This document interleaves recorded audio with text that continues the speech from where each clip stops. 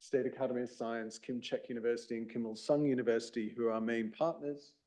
The China Earthquake Administration in Beijing, as well as colleagues at Birkbeck and the University of Cambridge. And then on the right-hand side is the kind of more diplomacy side of the project, really, and the logistical side of things.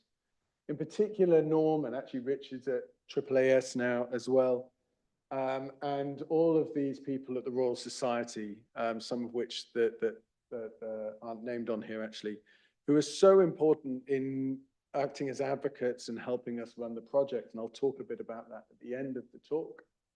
And then Pintech, who are a North Korean organization, EMP, based in China, who helped manage everything together. So just to point out, there's a lot of people involved in getting this project up and running. Three people in particular who I want to highlight are Ri Kyung Song from the Earthquake Administration of DPRK, Yu Wei Shan, a PhD student at the China Earthquake Administration, and Sunri Han, who works with me at Birkbeck, is now at Jilin University, who have led a lot of the science that I'm going to present today, right? So a lot of the results I'll present is from their hard work. Okay, so let's go back to the volcano. There's another beautiful picture of, is it worth me putting the blinds down a little bit for the people in the room? Yeah, shall I do that? I think I remember how. There we go. Right, it's very slow, so I'll just continue. But this is another picture of Mount Paektusan, right? And we're looking into Cheonji again. I think this is taken from the Chinese side of the volcano. And you can see it's impossible to take a bad photo of this volcano. It truly is a magnificent place. And the name Paektu, or Changbaishan as it's known in Chinese, means forever white mountain. And the reason for that is it's either covered in snow for 9 months of the year, or it's covered in this white rocks that you can see in the foreground here. This is pumice that was erupted in the year 946 and formed this 5-kilometer wide caldera, right? So it's always got this kind of white appearance. And this is a big eruption, right? So ash from this eruption can be found throughout the Japan Sea, the East Sea, into Japan, into the Kuril Islands. And we can find ash in the ice cores of Greenland as well, right? Showing that ash would have got up into the stratosphere, traveled all the way around the planet, showing that this is a really significant eruption. And if we put that into context with some of the eruptions, more famous eruptions throughout history, you can see this kind of purple circle here. This is Mount Paektu. It's comparable in size with Tambora, the biggest eruption in human history, right? It's an order of magnitude bigger than Krakatoa, 2 orders of magnitude bigger than Vesuvius, 3 orders bigger than Eyjafjallajökull, the one that shut down air travel across Europe. So this is up there probably in the top 10 eruptions in human history. And if we take just the amount of material that was erupted, it would be enough to bury Greater London in about 60 meters of ash, right? This is a big, big eruption. What focused more recent attention on the volcano was that about in the early 2000s, there was a period of volcanic unrest. And what I mean by this is that colleagues in China and in DPRK observed that there was an increase in earthquakes located directly beneath the volcano. There was a change in the gases that were being emitted. There was ground deformation. And all this pointed to magma moving beneath the volcano during this period. And as you can imagine, this created quite a lot of concern around the region. In China, they raised the alert level of the volcano. Colleagues in DPRK focused a lot more attention on it across the Korean Peninsula, indeed, Japan, and the wider region, given the potential this volcano has for significant eruptions. And so this led to an invitation to myself and my colleague, Clive Oppenheimer, from the University of Cambridge. Here we are arriving in Pyongyang for the very first time back in 2011. And I remember it well. I got a phone call in my office from Clive saying, James, what are you doing in 3 weeks? I was like, oh, not much. He's like, would you like to go to Pyongyang? And I think he knew me quite well, that he knew that I would probably say yes. And so we flew out there, and it was fantastic. You know, we spent about 2 weeks in Pyongyang and up and on the volcano, and we met with a whole bunch of scientists from the DPRK, his colleagues from the Earthquake Administration of DPRK in China. We had a journalist from Science magazine accompany us, and we had some filmmakers from a Chinese environmental media organization. And as part of this tour, we visited all of the kind of key geological deposits related to this 946 and other eruptions. So this is a big sequence of pumice that was erupted, so you can see the different stages of the eruption through this. We visited some of the hot springs on the lake, and we visited all of the monitoring stations that the DPRK scientists have been working on. We were told we're the first Western scientists ever to be granted access to some of these areas. But at the heart of this, and what was kind of most exciting, was that we just spent 2 weeks chatting with a bunch of DPRK scientists about volcanoes, right? And we talked about volcanoes we'd been working on all over the world. And we learned about the research that DPRK scientists have been doing for decades, studying Paektusan volcano. And we quickly came to a realization that there was a whole bunch of just fundamental research questions that we could work together on. All ranging from, you know, why is the volcano there? Right? It doesn't sit on a plate boundary. Right? It's not like, you know, the normal locations where we find volcanoes. It's what we call an intraplate volcano. And so there's theories about what's driving it, but it's very much debated. So on a fundamental level, we don't even know why the volcano exists. We don't know what the history of the volcano is, right? And if we want to know what a volcano might do in future, well, the only clue we have to that is looking in the geological record as to what it's done in the past. And we know the one big eruption in the 946, but we don't know how often that happens, whether there's lots of small eruptions for every big eruption. So we don't know what the characteristics of a future eruption might be. We don't know what's triggered those eruptions, right? You know, what sort of signals should we be looking for in our, when we're monitoring it that might give us a clue about whether a volcano is going to erupt again. We don't know what the state of the volcano is. We don't know where magma is stored today, and therefore how that relates to what has happened in the past. And then all of this feeds into understanding what risks a future eruption might pose to the local, regional, and wider populations. So we kind of sketched this out with our colleagues in DPRK, and we went away. And now there was a lot of challenges in getting the project up and running, and I'll talk about those at the end of the talk. But here I'm just going to focus on the science. And I'm going to focus really on this question here, which was the main part that I was working on, which is what is the current state of the volcano?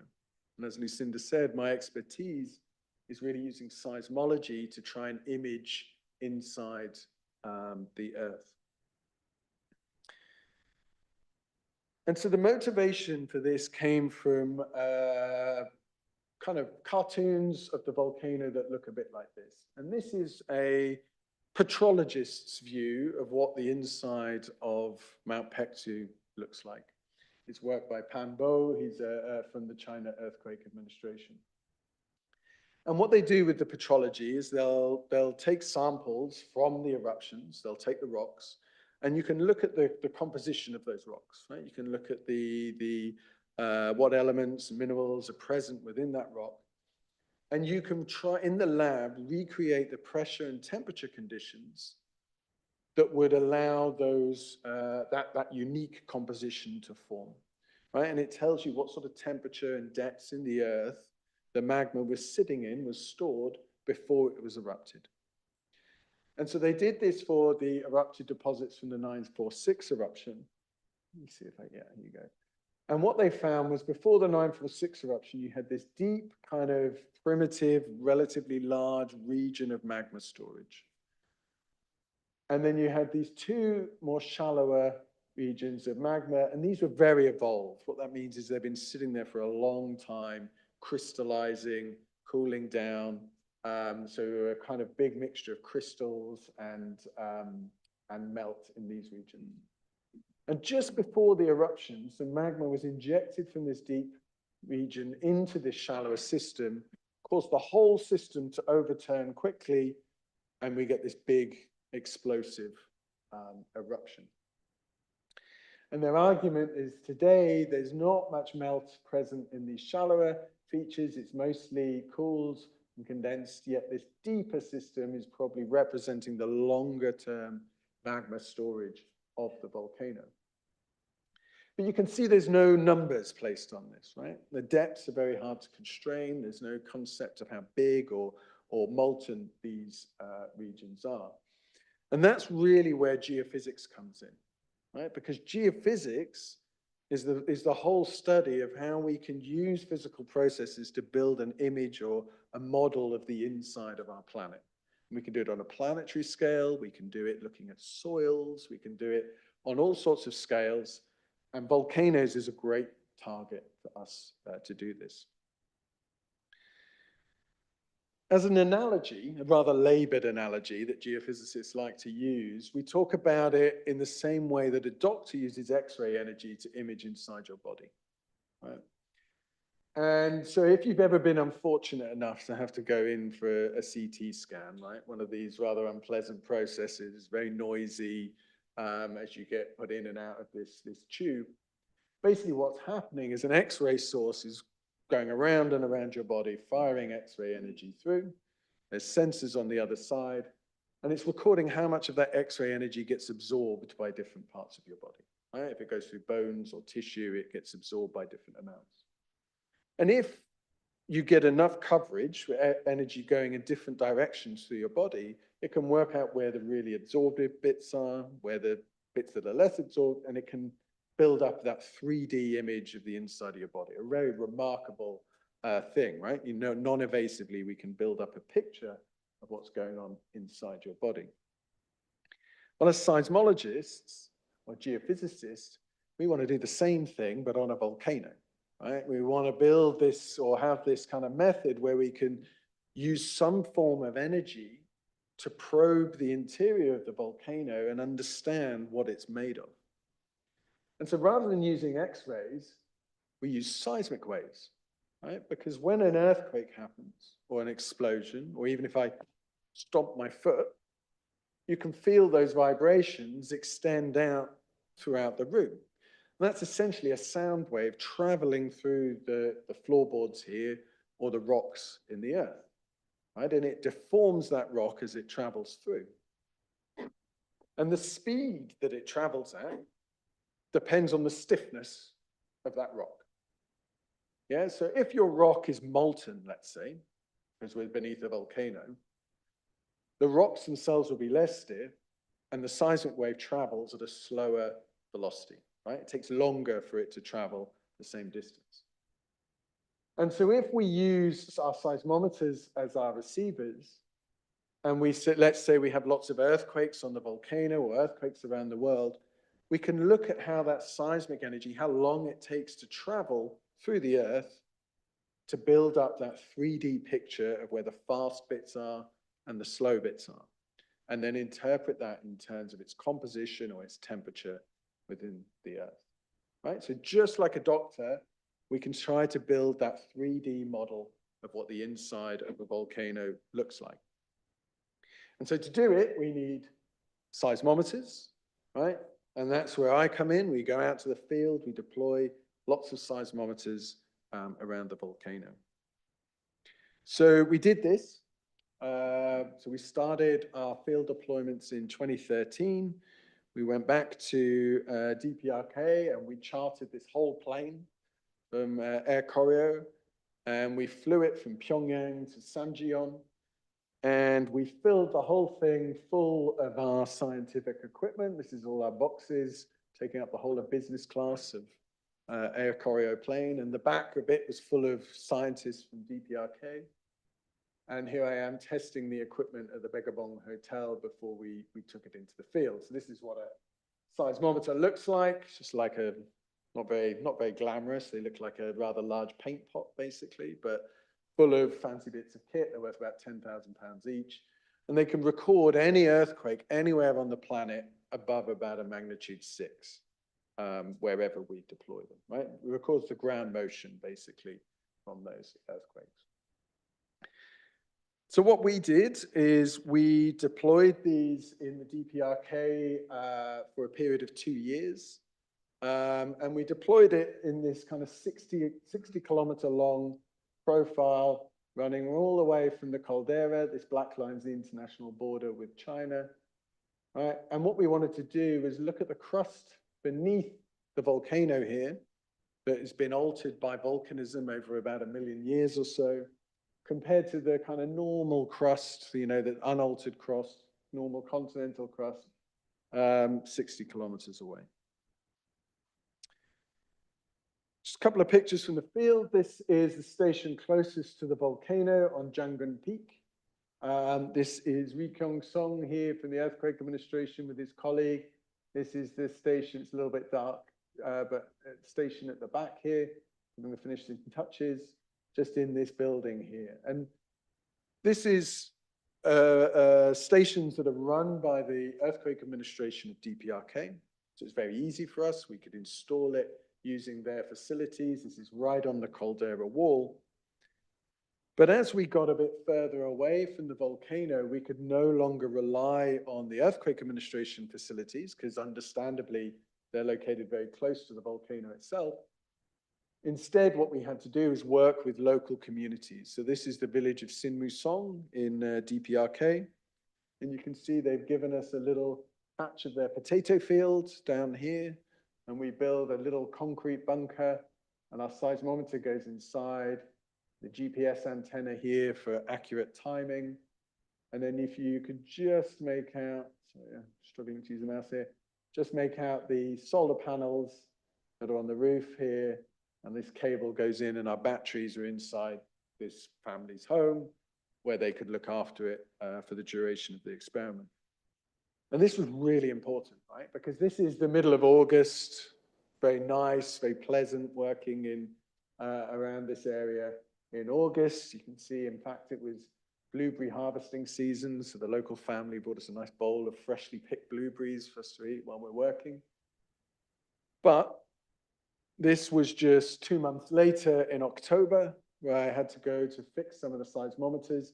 At this point, the roads are impassable. We had to climb the volcano, traipsing through knee-high snow to get to the top. And this is just in October. I think there's a little movie of, you can see what the kind of conditions were like on the volcano, even just in October. It's down to about -10 degrees centigrade. And it gets down to about -40 in the depths of the winter, right?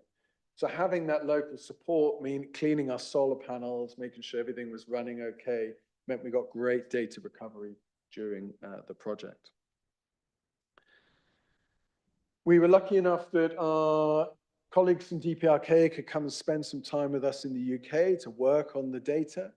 And this is Ri Kyung Song and colleagues from the Earthquake Administration, State Academy of Science, presenting their work at the Royal Society. This is, I think, the first ever engagement the Royal Society had had with DPRK in their history.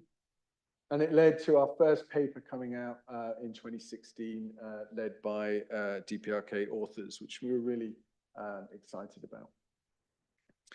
And what we tried to do in this first paper was we used a method called receiver functions to try and image inside the Earth. And basically what receiver functions do is we use earthquakes that are happening all over the world, right? So here's a little movie showing an earthquake happening in the Himalayas somewhere. And that energy gets radiated out into the Earth, right? And it bounces and interacts with all the layers of the Earth, the core, the mantle, the inner core, and so forth. And it travels throughout the Earth, and eventually it will arrive at stations such as this one here. This is actually a station in South Korea, Incheon, right? And we see all our bumps and wiggles in our seismic traces, right? And our job as seismologists is to look at each one of those bumps and wiggles and work out where it comes from, what it's interacted with, what it tells us about the layers within the Earth.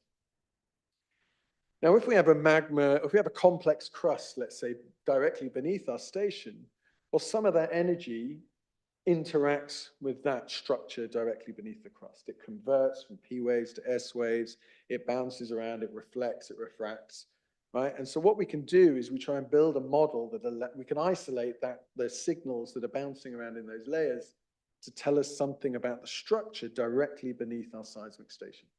So we don't need energy at the volcano, we can use earthquakes that are happening all over the world. And so in doing this, we used 6 seismometers that we deployed in the DPRK, and that was what Ri Kyung-song originally published on. But then later, we collaborated with the China Earthquake Administration to include lots of data from China as well. And this was really exciting because this was the first ever cross-border attempt to do a study on Paektusan volcano, right? So we were quite proud of that achievement. And what we saw was this, right? Now, this is a rather complex kind of representation of what the crust looks like beneath the volcano. This is a west-east profile running through the volcano. This is the caldera here, right? This is the topography. You can see the caldera structure at the top here. And what these are showing are these receiver functions. Now, receiver functions are really good at looking at sharp changes in velocity as you go deeper into the Earth, okay? And so when you look at this, when you see these gray peaks in the data, this is a signal that's converted from P waves to S waves that are telling us that at that depth, there's a reduction in velocity with depth, right? So as you go deeper into the ground, the seismic velocities, the waves are traveling slower, okay? And in black, the opposite is true. As you go deeper into the Earth, the waves are traveling faster, or there's a rapid jump in velocity at that depth. And so this black region here at the bottom, this is showing us the interface between the crust and the mantle, right? The seismic velocity gets much faster as you go into the mantle. And what we see is this thicker crust beneath the volcano itself. And this is quite common on volcanoes, right? Because for 1 million years, Paektusan has been building up and erupting, and only a fraction of that material comes out at the top. Most of the material that goes in at the bottom gets stuck in the crust, and you end up building up a thicker crust beneath the volcano. But what was really exciting was this gray part up here, right? Because this is telling us at that depth, at a depth of about 8 kilometers, we're going from faster velocities above to a region of lower seismic velocities below, right? And what we interpret this as being the top of a magma reservoir, right? So it's one of the first indications we had that, yeah, we think there is a significant body of magma sitting beneath the volcano that's present today. So the next step was to take these images, which are telling us about these sharp changes in velocity, and say, well, can we get a better, like a doctor doing the x-rays, can we produce a 3D kind of model of these seismic velocities? And not the first people to do it, but one of the first people to use our seismic data from DPRK was Xingli Fan from Chengdu University and his colleagues. So I wasn't involved in this study. But our data is publicly available. We're very proud of that. Everyone can use it, download it, and you know, we're happy for them to do that. They added our seismic data with a huge seismic array in China, but over a very big region, right? And a bit like, again, this doctor using X-rays, the more stations we have, all these crossing rays allows them to build up this 3D image of where the fast and the slow seismic velocities are in the Earth. And in these images here, where you see the blue, that's showing faster seismic velocities, the reds are showing slower. And so at 8 kilometers depth, you can see beneath the volcano, there are low velocities, right? Similar to what we were seeing from our receiver function study. But what they showed was that these low velocities extend all the way through the crust, right? So they interpreted this as being melt present almost throughout the entire crust beneath the volcano. but the resolution of their models is quite limited, right? And that's because the station spacing is quite broad, right? So you imagine doing your X-rays, you only have a handful of stations, you get a very blurry image of the inside of your body, right? It's the same with the Earth. If we don't have many stations, we can't get a sharp image. So we wanted to improve this. So what we did, working with the China Earthquake Administration, and this is work led by Yu Wei-shan from the China Earthquake Administration, is we deployed a whole bunch of more seismometers around Changmeishan Paektusan volcano. And these red diamonds are the stations that we deployed, right? And so you can see all the other colored stations are the ones used by Xingli Fan. And we basically added in lots more sensors to pick up this energy in the hope that it would sharpen up our image of what the inside of this volcano looks like. And so what do we see, right? Well, at the top here are models of the velocity. So again, yellows and reds are slow velocity, blues are fast velocity. This is using the model or the data that Xingli Fan had access to. And at the bottom, you can see the kind of the images that we could produce using the new data that we're deployed in China. Right? And you can see that the resolution is much, much more focused. Right? They're showing very similar things, but the images on the bottom here are much sharper, allowing us to constrain, in our case, any feature above 20 kilometers. In Xingli Fan's case, it was any image of above about 100 kilometers. And so this allowed us then to build a much more detailed model of what the seismic velocity structure looks like beneath Paektusan or Changmeishan volcano. Right, so we can go from this model here with very blurry low resolution to one that's showing actually what we have is a rather focused low velocity zone at a depth of about 8 kilometers, right, sitting beneath the volcano today. And actually underlying that is a region of faster velocity. And then in the mantle, we see slightly lower velocities again. Right, and you can see that this region of low velocities is very much focused directly beneath the volcano today. And so this is kind of our model, and it's allowing us to go back to these kind of petrological models of PAMBOs, and now we can place some direct numbers on this. Right? And we can say that what we think we're seeing at about 8 kilometers is this magma storage region that represents the long-term storage of Paektusan volcano. It's about 30 kilometers wide, right? It's pretty big, but it's relatively low melt fraction, although big uncertainties on these numbers, 2 to 10% melt fraction. So that 2 to 10% of it is molten, the rest is crystals and more solid rock. We don't really see these shallow chambers. There's some evidence of low velocities, but even our models lack the resolution to really be able to pin down these relatively small bodies. But it does suggest, because we've got this rather large magmatic body sitting in the mid-crust here, this is definitely a volcano we should probably keep an eye on, right? You know, it's definitely a volcano that's got the potential to erupt again in future.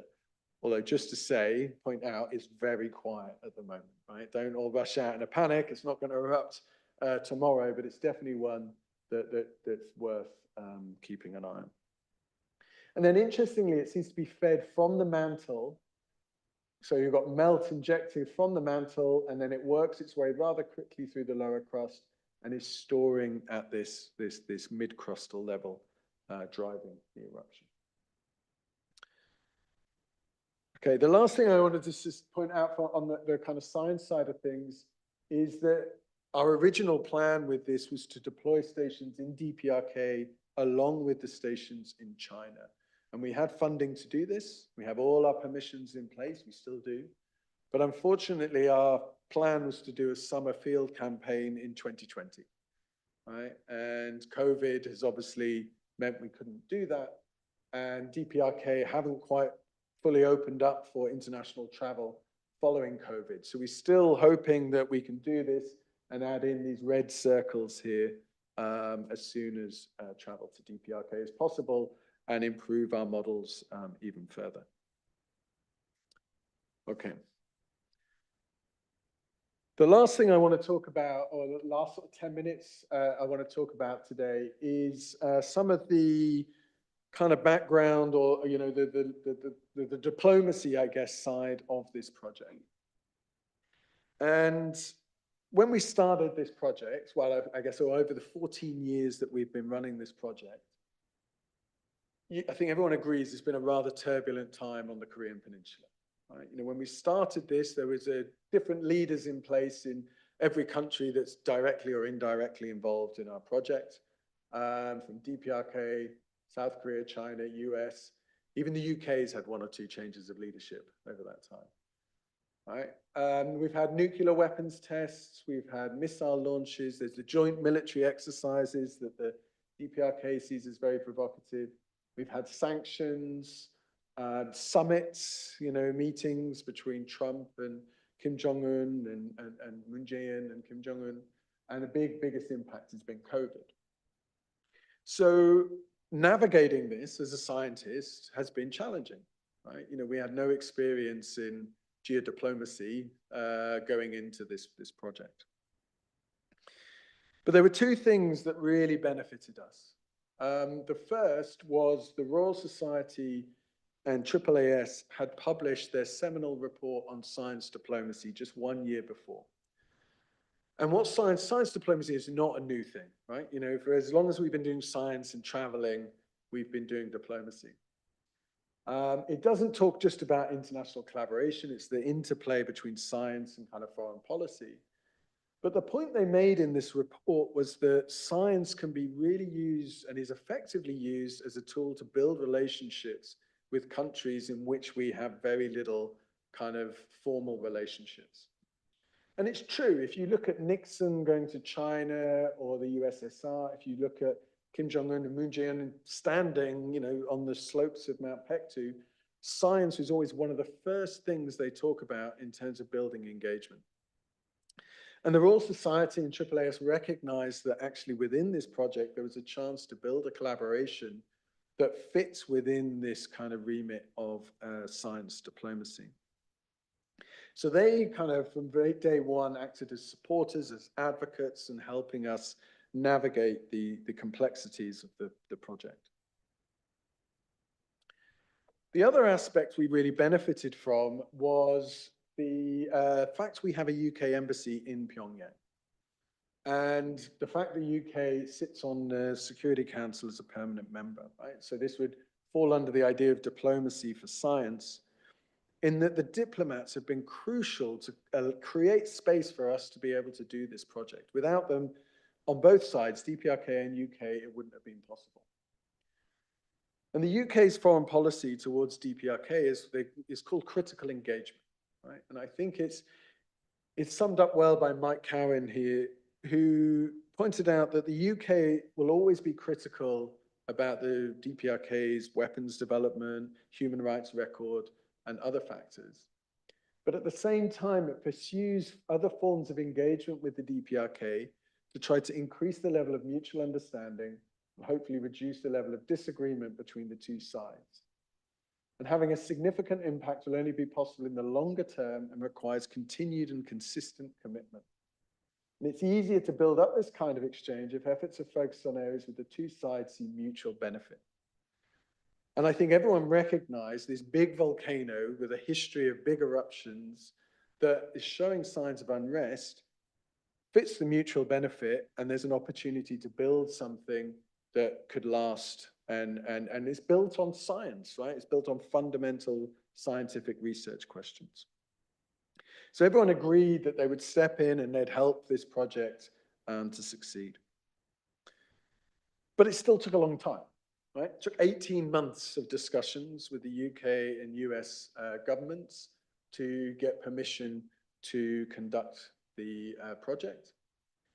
But we were still refused permission to take some of our equipment.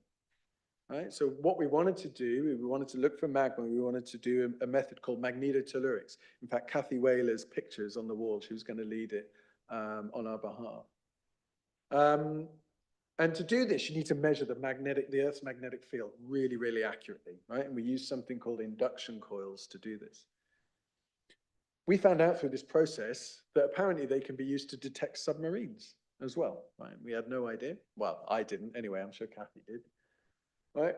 And they sit on a list of dual use equipment, which means there's no way we were going to be allowed to take these, even though the kit we had probably wouldn't have been much use. So we had to redesign the experiment. We made it much more seismology focused. We had to explain to our funders, well, we might need a little bit more money because we need 2 years rather than 1 year deployment. To explain to our Korean colleagues that, oh, we can't do this part because sanctions won't let us, right? But we managed to navigate that and still meet the scientific objectives of the project. And we still face challenges. We've made 18 export license requests. And at the moment, we're struggling to take laptop computers to DPRK, for example, right? So there's still challenges that we have to overcome. Another significant challenge is that sanctions change, right? And in 2016, following a nuclear test, the UN Security Council put sanctions on DPRK that said all scientific cooperation should be suspended. Well, this seemed pretty terminal, right? We'd just published our first paper. We were looking forward to doing more, but it seemed like, you know, this might stop us doing our work. But we spoke to colleagues at the British Embassy, and they emphasized this point that, you know, critical engagement, this whole policy only works if you have continued and consistent engagement, right? And they saw that the project had been going well, and they said, we want this to continue.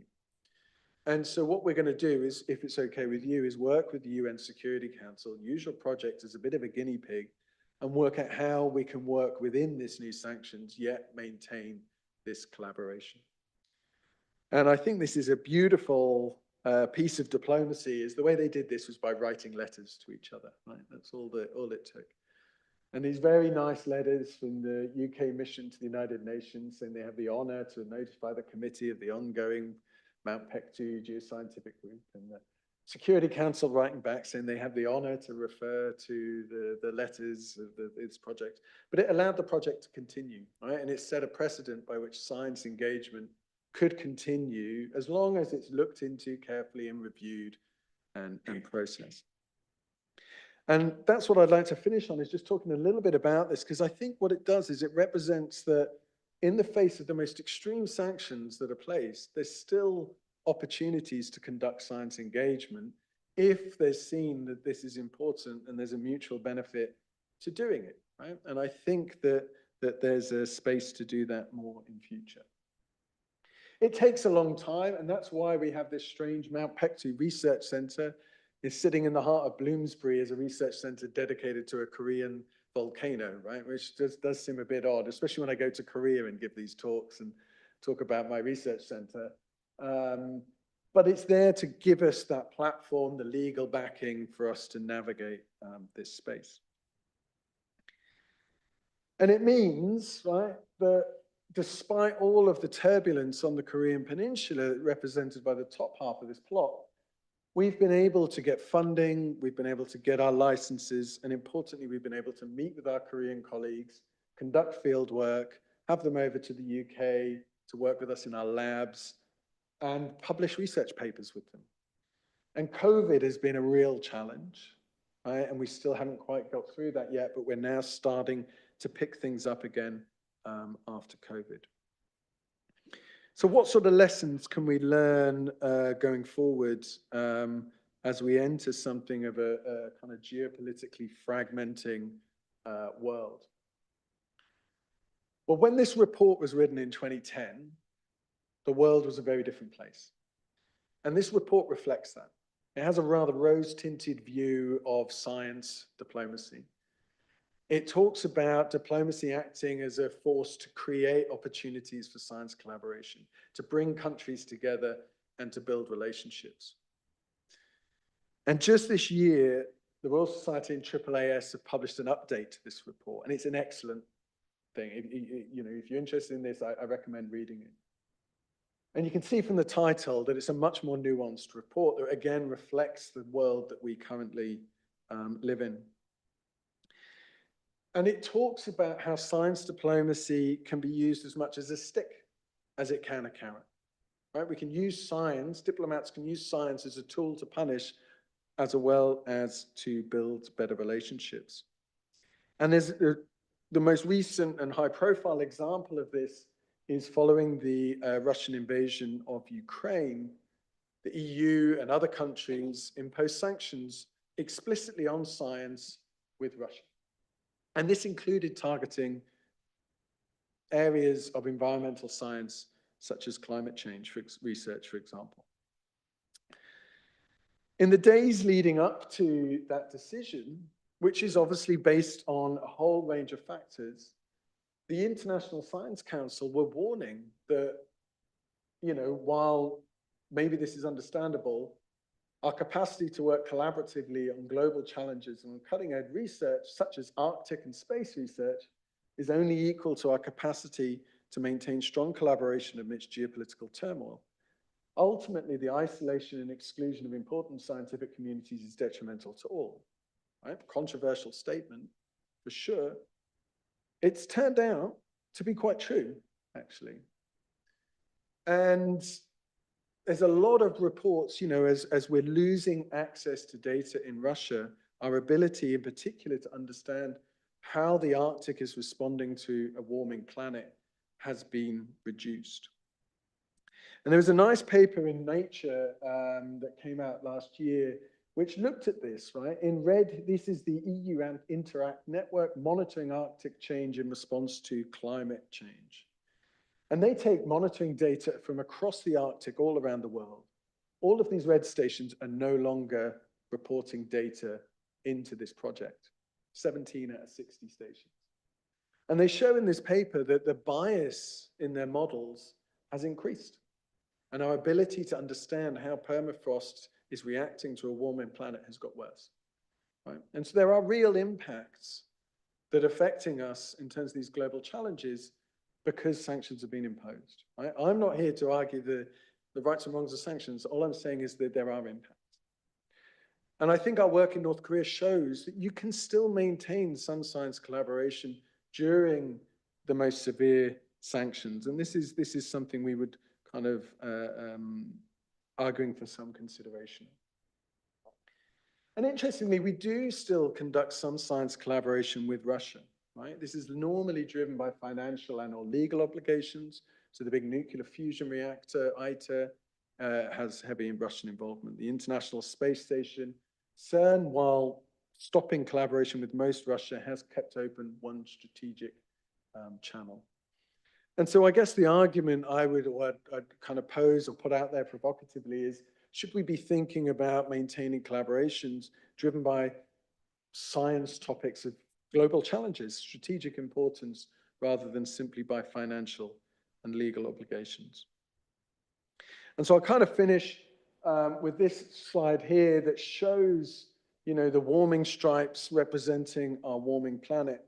And the histogram in the foreground is showing how many active sanctions have been in place every year since the end of the Second World War. Right? And you can see that we're facing more and more sanctions, more and more blocks, really, to international collaboration at a time when it's more important that we work together to solve these global challenges than ever before. So I guess my key argument is that I think environmental science actually offers a relatively safe or safer space for science engagement. Right? It's got clear mutual benefits, whether it's working on climate change or permafrost research or a volcano that sits on the border of China or DPRK. It has a relatively low risk to changing sanctions. Right? Even when sanctions impact us in a limited way, we can be flexible, we can work within that to still meet our science objectives. And it might facilitate the long-term consistent approach required to build trust and understanding, right, which I think we could all do with a little bit more of today. But it does need diplomats and scientists to come together to engage, to understand each other's perspective, to understand the need for sanctions, but to also understand the impact that they have to things like science. And it needs support from national academies or learned societies like the Royal Astronomical Society, funders, universities, if these projects are to be maintained. And so that's quite an encouraged debate in that space. And I'll finish there, and I'm happy to take questions. Thank you very much.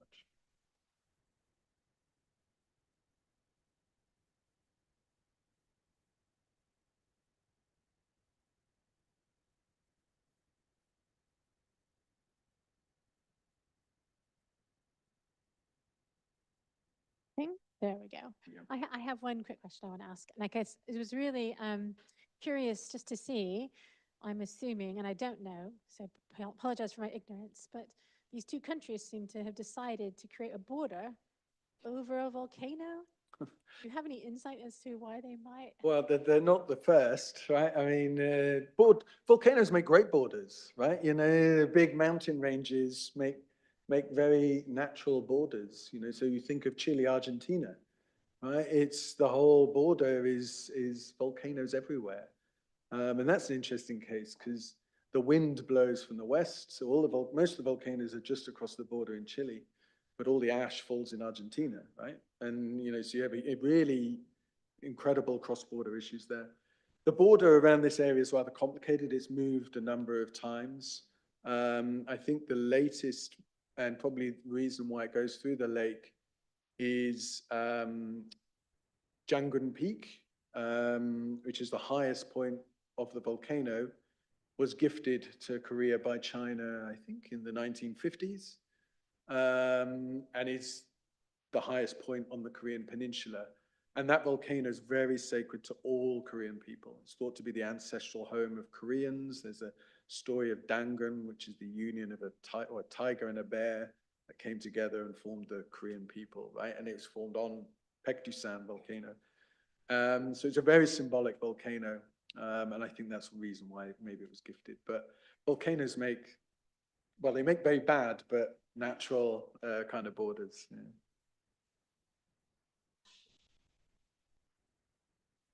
Well, not when it's falling, though.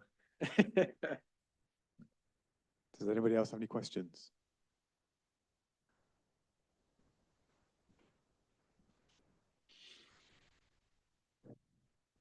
My question is that one of your starting research questions was why the volcano is there in the first place. What does the evidence point to there?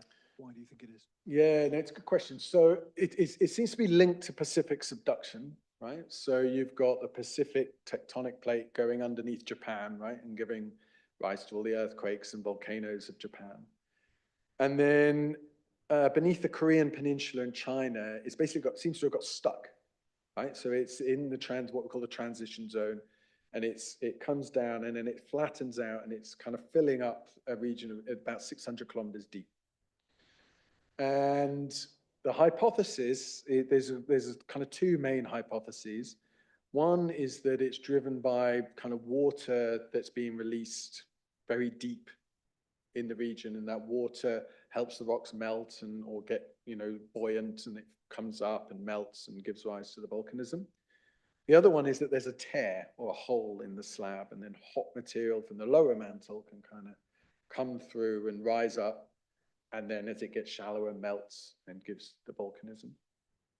And we've been looking at this quite recently, and what we show, I didn't talk about it here, but what we show is that we can measure we can measure the alignment of olivine, basically, which tells us the direction the mantle is flowing very slowly, right? You know, over millions of years, about the speed your fingernails grow. But we can measure that movement. And it seems to be very local beneath the volcano. There's upward flow. So it does point to a very localized region of upwelling, which my gut feeling, we don't know for sure, is that there's a tear in the slab that's allowing this material to come through. But to test that, really, we need better images of that deeper region, which we need stations in DPRK. So that's one of the aims of putting the new array there. Ideally, it'd be great to put them in the Japan Sea as well, but that's a whole another layer of complexity and expense that we haven't quite got to yet. But so that's my gut feeling is yeah, there's a hole in the slab that's allowing the material. How do you think the Royal Astronomical Society could better support science diplomacy in the future? That's a really good question. I mean, on the broader topic of science diplomacy, I think Lucinda and I were just talking about this. So one of the things I'm trying to do now is to use this kind of experience and platform to build a bit more of a platform for science diplomacy in the UK. We don't really have the Royal Society do a lot of work, the British government do a huge amount of work, but we don't have a more academic kind of space for that discussion. So we're going to try and create that. And one of the big areas for science diplomacy is space, right? You know, or managing our global commons, or managing the resources that we have. And space is a great example. I don't know if anyone saw Mike Lockwood's talk after the AGM a couple of weeks ago, I guess. And he was talking about low Earth orbit, and we're filling it up with lots of stuff, and there's lots of collisions happening, and no one's really managing that, right? That is a science or tech science diplomacy kind of question. And so what we'd like to do is build a network across London of people thinking about these science diplomacy aspects from their own particular viewpoints. And I think the Royal Astronomical Society could lead, and it does lead a lot on those kind of questions around space, for example, and how do we learn from each other and manage those kind of questions.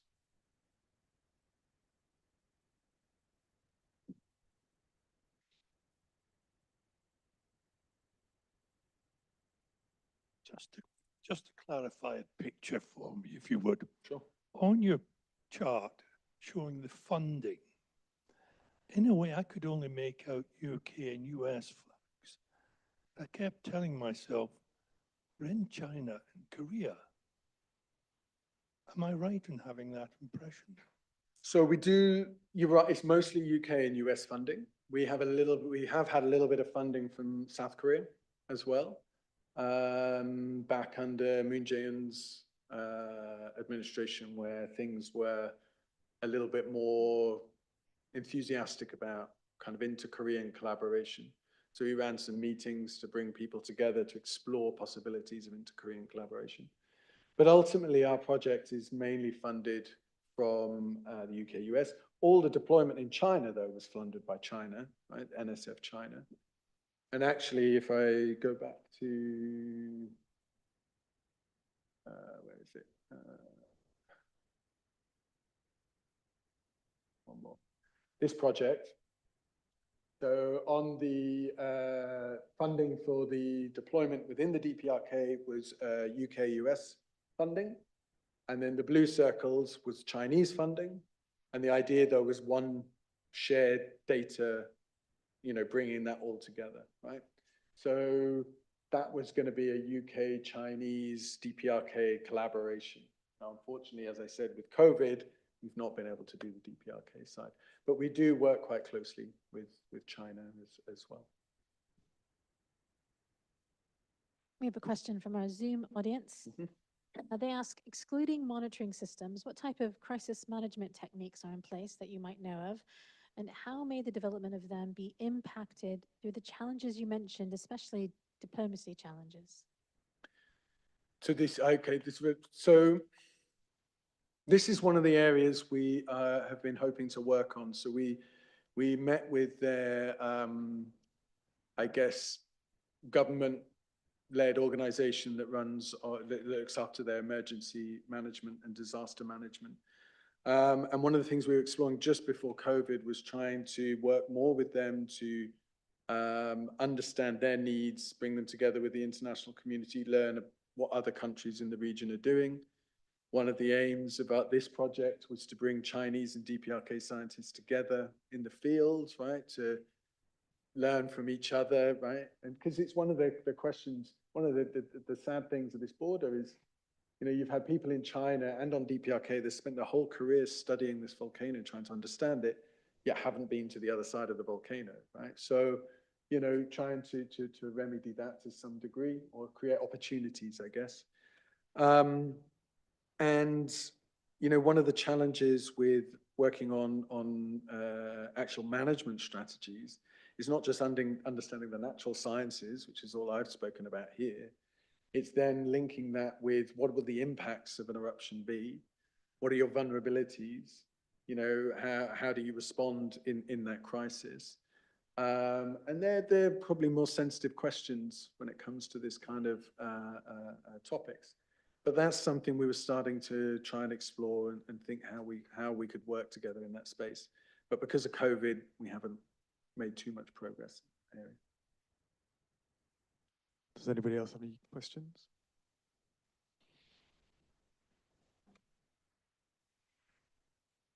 Yeah, I hope things can get back.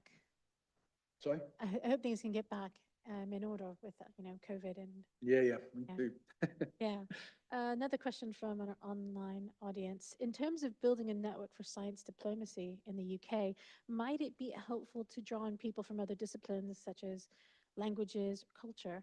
And they may already have a network in place for literature and translation, but that can be built on.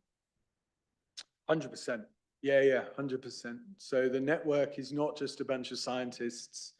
When we talk about science diplomacy, I don't think of that as being the natural sciences, right? I think of that being humanities.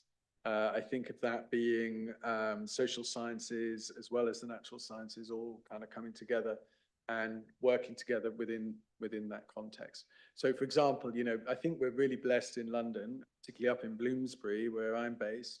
We have SOAS across the way.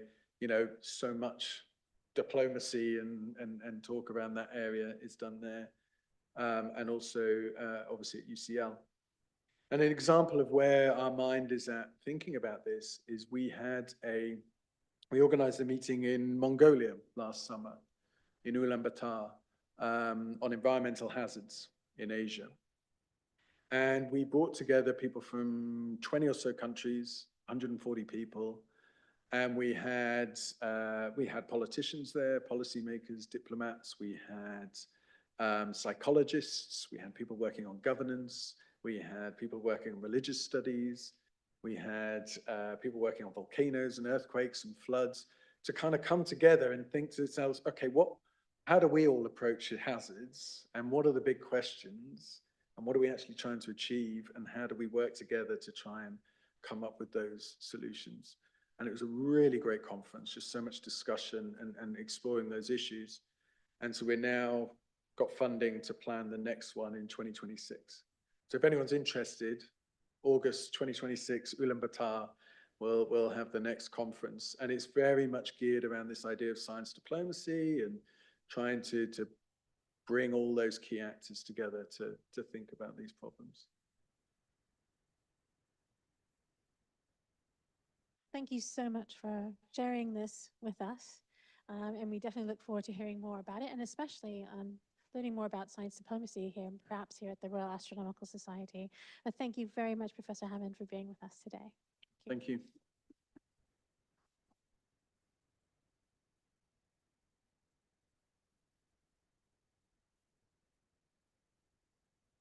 Just to remind our audience here, during the conference, we have an exhibit of volcanoes. Yeah, I thought that couple of historical things. Nothing told us the 1,000-year-old